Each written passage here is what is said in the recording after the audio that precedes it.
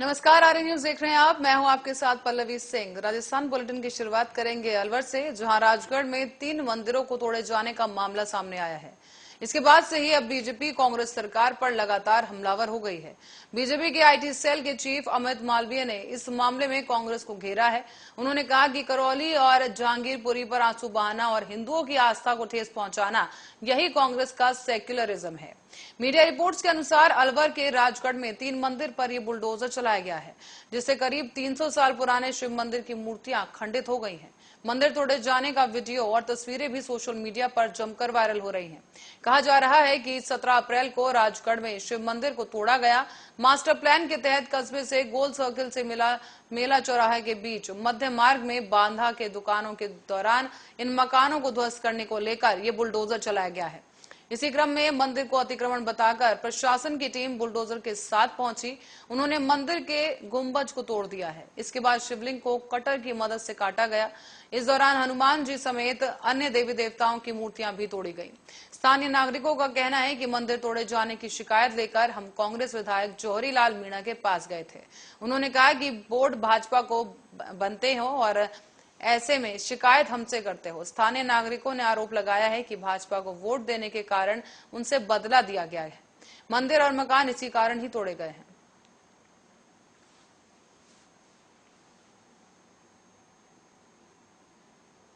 तो वहीं कांग्रेस का चिंतन शिविर 13 से 15 मई को उदयपुर यानी कि मेवाड़ में होने जा रहा है। मेवाड़ गुजरात से जुड़ा है और दिसंबर में गुजरात में विधानसभा चुनाव भी होने हैं। ऐसे में चिंतन शिविर में गुजरात के 27 साल पुराने बीजेपी के किले को भेदने की रणनीति तैयार की जाएगी। राजनीतिक जानकार ये भी बताते हैं कि 2 कारणों से चिंतन शिविर के लिए मेवाड़ को चुना गया है। राष्ट्रीय स्तर पर उत्तर प्रदेश की तरह मेवाड़ की भी कहावत है। कहा जाता है कि राजस्थान की गद्दी पर बैठने के लिए मेवाड़ को फतेह करना जरूरी है। मुख्यमंत्री अशोक गहलोत भी मेवाड़ को फतेह करने की चाह में हैं। जानकारों की मानना है कि मेवाड़ से ज्यादा सीटें जीतने वाली पार्टी की सरकार जरूर बनती है। मिसाल के तौर पर साल 2013 में उदयपुर संभाग की 28 सीटों में से बीजेपी को 25 और कांग्रेस को सिर्फ 2 सीटें मिली थी। 1 सीट निर्दलीय के खाते में गई थी। ज्यादा सीटें जीतकर राजस्थान में वसुंधरा राजे की सरकार बनी।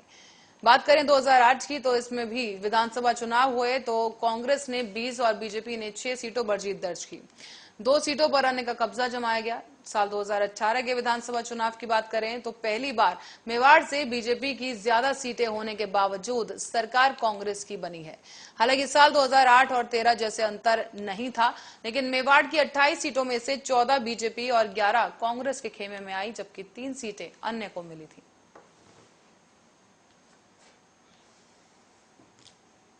और पंजाब में जीत के बाद अब आम आदमी पार्टी के हौसले बुलंद हैं। पार्टी अन्य राज्यों में विस्तार की तैयारियां कर रही है। साथ ही राजस्थान विधानसभा चुनाव 2023 के अंत में होने के दौरान भी उससे पहले ही अब आम आदमी पार्टी राजस्थान में सक्रिय हो चुकी है।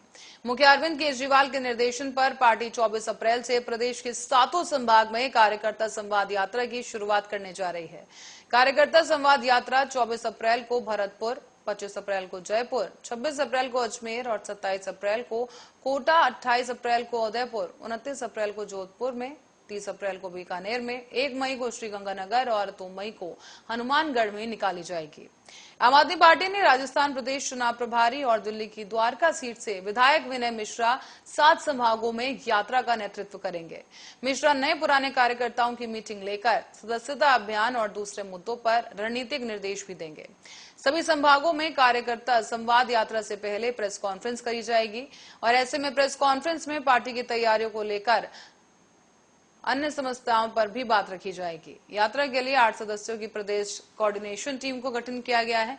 टीम के सौरभ चतुर्वेदी चौधरी और देवेंद्र यादव देव, दीपक मिश्रा, तरुण गोयल, रितेश खंडेलवाल, महेंद्र मीणा, देवेंद्र शास्त्री और प्रशांत जायसवाल इसमें शामिल हैं। आम आदमी पार्टी ने संभाग कोऑर्डिनेटर की भी नियुक्ति की है। जयपुर में धर्मवीर सहारणा और कोटा में नवीन पालीवाल और हिम्मत सिंह, अजमेर के कीर्ति पाठक, जोधपुर में अशोक भाटी, उदयपुर में अमित वर्मा, बीकानेर में डॉक्टर प्रदीप बेनीवाल और भरतपुर में डॉक्टर संजीव गुप्ता को जिम्मा सौंपा गया है।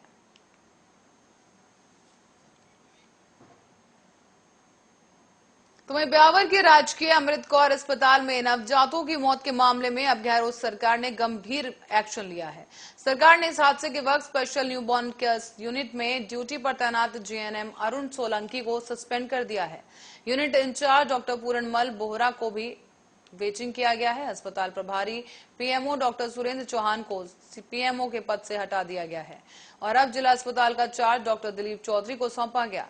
चिकित्सा और स्वास्थ्य विभाग के संयुक्त निदेशक ने यह आदेश जारी किया है। दरअसल राज्य बाल संरक्षण अधिकार आयोग की अध्यक्ष संगीता बेनीवाल ने हादसे के बाद ब्यावर पहुंचकर अस्पताल का दौरा किया था।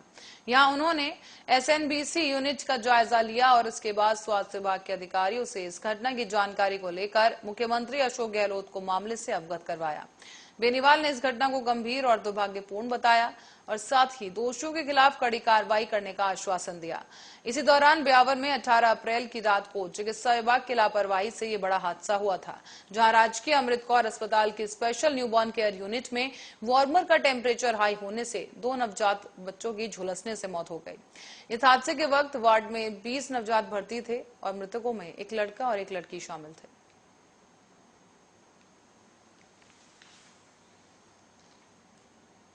तो वहीं राजस्थान के जयपुर में नाहरगढ़ बायोलॉजिकल पार्क से एक खूंखार जंगली भालू पिंजरा तोड़कर भाग निकला।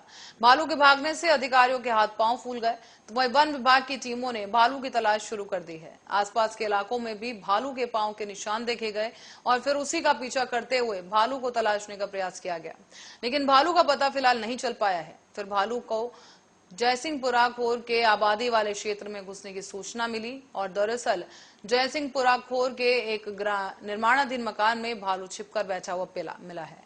साथ ही आपको बताते चलें कि लोगों ने वन विभाग को इसके बाद सूचना दी।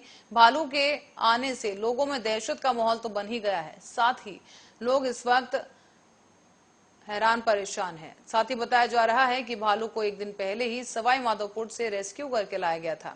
नाहरगढ़ रेस्क्यू सेंटर में पिंजरे में भालू को रखा था, लेकिन भालू पिंजरा तोड़कर वहां से भाग निकला।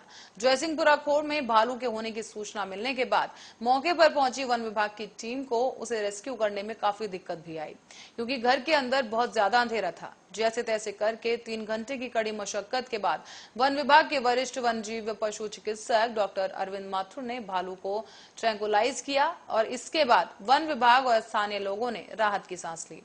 भालू को रेस्क्यू करके नाहरगढ़ बायोलॉजिकल पार्क पहुंचाया गया। फिलहाल जानवर घायल अवस्था में बताया जा रहा है, जिसका नाहरगढ़ बायोलॉजिकल पार्क में उपचार शुरू किया जा चुका है।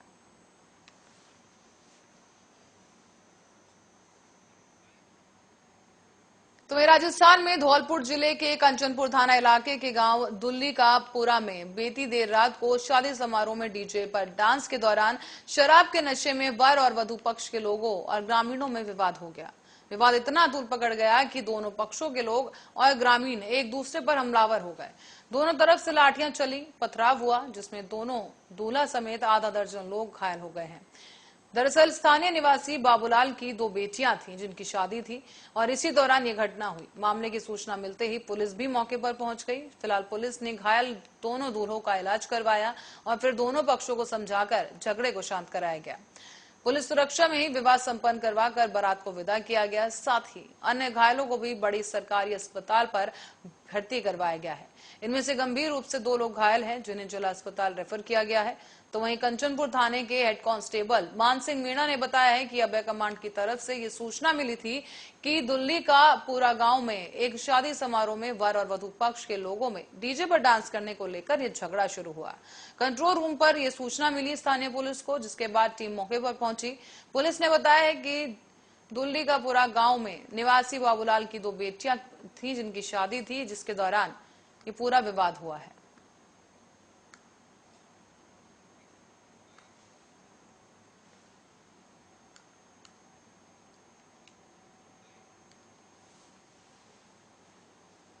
तो वहीं राजस्थान के झुंझुनू में एक ट्रक और पिकअप वैन की भिड़ंत होने से भयानक सड़क हादसा हो गया है। इस भीषण हादसे में 11 लोगों की मौत हो गई, जबकि 10 से ज्यादा लोग घायल होने की खबर है। घायलों को फिलहाल नजदीकी अस्पताल में भर्ती करवाया गया, जहां उनका इलाज चल रहा है। सड़क हादसा झुंझुनू के एक गुड़ा इलाके में हुआ है, जहां पर टक्कर के बाद घटनास्थल पर स्थानीय लोगों की भीड़ जुट चुकी है। उन्होंने पिकअप वैन में सवार लोगों का भी रेस्क्यू किया, लेकिन हादसा इतना भयानक था कि 11 लोगों की मौत हो गई है। इसी बीच किसी ने हादसे की सूचना पुलिस को दी और इसके बाद पुलिस की टीम मौके पर पहुंची और शवों को कब्जे में लेकर पोस्टमार्टम के लिए भिजवाया गया। साथ ही पुलिस ने घायलों को अस्पताल भी पहुंचाया। ट्रक के टक्कर से बाद पिकअप वैन भी बुरी तरह से डैमेज हो गई। इसमें सवार लोगों को और उनका जो सामान है वो सड़क पर बिखरा हुआ दिखाई दिया। तो वहीं राजस्थान के मुख्यमंत्री अशोक गहलोत ने इस हादसे में 8 लोगों की मृत्यु पर शोक जताया है। सीएम गहलोत ने ट्वीट करते हुए झुंझुनू के गड़ा गौरजी इस क्षेत्र में हुए इस हादसे में इन लोगों की मृत्यु अत्यंत दुखी कहा। शोकाकुल परिजनों के प्रति मेरी गहरी संवेदनाएं हैं। ईश्वर उन्हें यह आघात सहने की शक्ति प्रदान करे और दिवंगतों की आत्मा को शांति प्रदान करे। दुर्घटना में घायलों को शीघ्र ही स्वास्थ्य लाभ की कामना है।